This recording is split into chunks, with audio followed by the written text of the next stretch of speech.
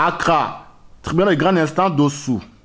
Interpellé par la DST, Direction de surveillance territoriale du Ghana, à l'aéroport Kotoba d'Accra le 24 août 2012, à sa descente d'avion en provenance de Johannesburg en Afrique du Sud, l'ancien ministre du budget du gouvernement Ake Ingbo et porte-parole de l'ex-président ivoirien Laurent Gbagbo avait été assigné à résidence surveillée dans les locaux de la DST. Après 2 reports de son audience, il fut finalement présenté à un juge le 25 septembre 2012.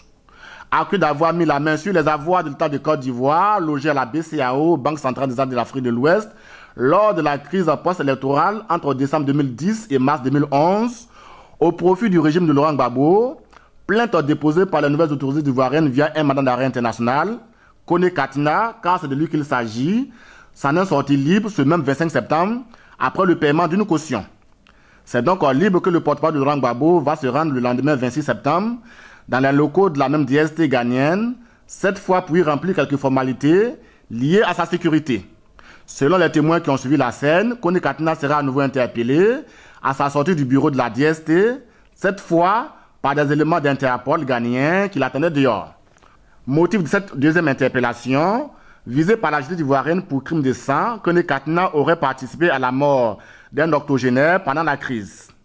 N'eût été la vigilance des policiers de la DST qui l'accompagnent jusqu'à sa voiture, Kone Katina serait enlevé par Interpol ghanéen qui aurait déjà apprêté un dispositif avec motard et prêt à conduire le porte-parole de Laurent Gbagbo jusqu'au poste de commandement de l'Interpol Côte d'Ivoire avant d'être remis aux autorités ivoiriennes.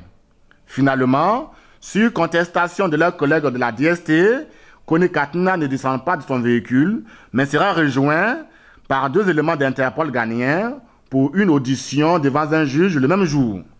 Il sera placé le jour suivant sous un mandat de dépôt, cette fois dans une vraie prison, à l'image de la MACA d'Abidjan.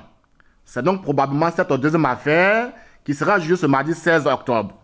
Un procès très attendu ici au Ghana, où près d'1 millier d'Ivoiriens sont exilés depuis la chute du régime de Laurent Gbagbo en avril 2011. Comme on le voit, le secrétaire Kone Katina est loin de trouver un dénouement. Ici à Accra, on se demande si demain, le 16 octobre 2012, il sera question de cumuler les 2 affaires et de mettre un terme à la polémique ou bien la seule affaire concernant le crime de sang sera examinée. Ce qui allongerait le nombre d'affaires, car on essaie combien d'affaires il y en aura encore. Aussi, si les nouvelles autorités parviennent à obtenir l'extraction du porte-parole de l'ex-président ivoirien Laurent Gbagbo, Kone Katina, il est à Cannes ici à Accra que les cadres des personnels proches de Laurent Gbagbo empruntent le même chemin, comme c'est le cas du français évident passé au Togo, malgré leur statut de réfugié politique, en violation de la Convention de Genève sur le droit des demandes d'asile, ils sont conduits en Côte d'Ivoire, un pays dans lequel les droits de l'homme restent encore précaires.